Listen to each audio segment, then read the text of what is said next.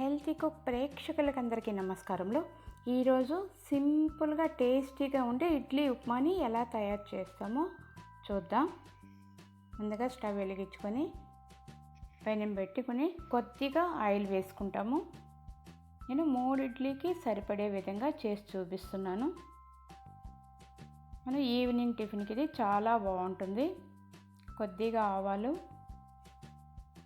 సన్నగా తరిగి ఉంచుకున్న ఆనియన్, ఇది కొద్దిగా ఆనియన్ ఎక్కువ వేసుకుంటే చాలా టేస్టీగా ఉంటుంది. ఇంకా నేను పండు మిర్చి 2 తీసుకున్నాను. బాగా ఫ్రై చేసుకుంటున్నాము.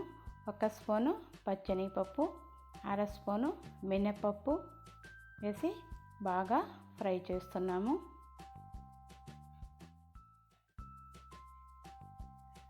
కొద్దిగా కరివేపాకు వేసి బాగా మీడియం ఫ్లేమ్లోనే ఫ్రై చేసుకుంటున్నాము.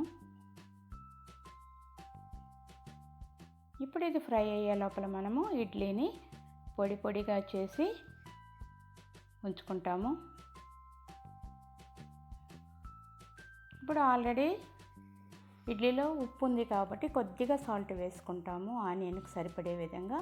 ఇంకా కొద్దిగా పసుపు వేసి కలిపి రెడీగా ఉంచుకున్న ఇడ్లీని మనము వేసి ఫ్రై చేస్తున్నాము. ఓన్లీ 1 మినిట్ చేస్తేనే సరిపోతుంది. టేస్టీగా ఉండే ఇడ్లీ ఉప్మా రెడీ. చూసారా ఎంత కలర్ఫుల్గా తయారైందో.